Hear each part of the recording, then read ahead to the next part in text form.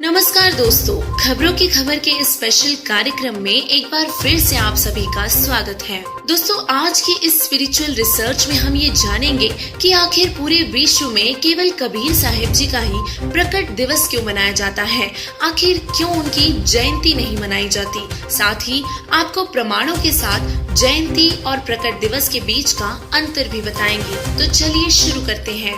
हमारा देश भारत एक विशाल देश है जहां अनेकों धर्म, संस्कृति और रीति रिवाजों को मानने वाले लोग रहते हैं। आदिकाल से लेकर भारत देश की भूमि पर ऐसे अनेकों चमत्कार और रहस्यमयी घटनाएं देखने को मिलती हैं, जो कि जनमानस के लिए मात्र एक रहस्य ही बनकर रह जाती है। लेकिन आज की इस वीडियो में हम आपको एक ऐसे रहस्य के बारे में बताएंगे जिसका जानना आपके लिए बेहद जरूरी है। हम सब जानते हैं कि इस पृथ्वी पर या इस पूरे ब्रह्मांड में जो भी जीवात्माएं हैं, सभी का जन्म और मरण होता है। जब हम इतिहास की ओर देखते हैं तो किसी न किसी महापुरुष की जयंती के बारे में अवश्य सुनते हैं। लेकिन क्या आपने कभी ऐसा सुना है कि कोई जन्म न लेकर प्रकट होता है और उसकी जयंती न मनाकर प्रकट दिवस के रूप में मनाया जाता है? जी हाँ, आपने बिल्कुल सही सुना। जयंती और प्रकट दिवस दोनों ही अलग अलग होते हैं। जयंती उन लोगों की मनाई जाती है जिनका जन्म माँ के गर्भ से होता है, और प्रकट दिवस उनका होता है जिनका माँ के गर्भ से जन्म नहीं होता। लेकिन अब आपके मन में यह प्रश्न जरूर उठ रहा होगा कि पूरे ब्रह्मांड में सभी का जन्म हुआ है, यहाँ तक कि विष्णु जी के सभी अवतारों का भी जन्म हुआ है, लेकिन हम प्रकट दिवस के बारे में बहुत ही कम सुनते हैं। तो फिर ऐसा कौन है जो माँ के गर्भ से जन्म न लेकर प्रकट होता है? यह तो एक अनसुनी कहानी जैसा है कि कोई धरती पर प्रकट हुआ हो, वह जन्म और मरण से रहित हो, क्योंकि यहाँ तीन लोक के भगवान भी जन्म और मरण के चक्र में हैं। लेकिन पूर्ण परमात्मा कबीर साहिब जी, जो कि किसी माता के गर्भ से जन्म नहीं लेते, वे अपने सनातन परम धाम सतलोक से स्वयं चल कर आते हैं और पृथ्वी पर कमल के फूल पर शिशु रूप में प्रकट होते हैं और निसंतान दंपत्ति को मिलते हैं।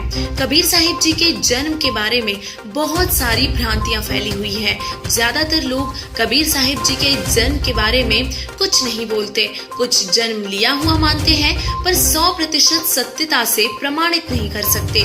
लेकिन आज हम आपको प्रमाणित करके बताएंगे कि पूर्ण परमात्मा कबीर साहिब जी जन्म न लेकर प्रकट होते हैं। स्वयं कबीर परमेश्वर जी की वाणी है, ना मेरा जन्म ना गर्भ बसेरा, बालक बन दिखलाया, काशी नगर जल कमल पर डेरा, तहा जुलाहे ने पाया।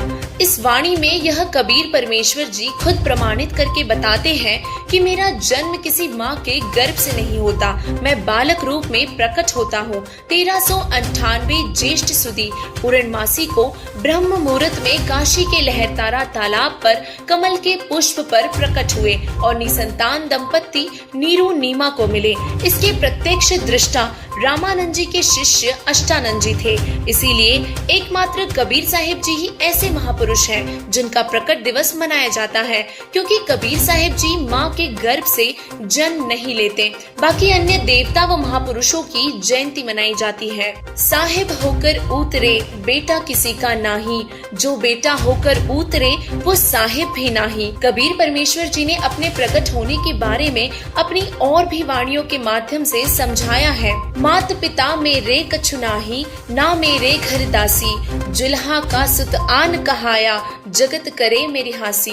वे दोहों शब्दों और वाणियों के माध्यम से जगत का उद्धार करने के लिए तत्व ज्ञान का प्रचार किया करते थे।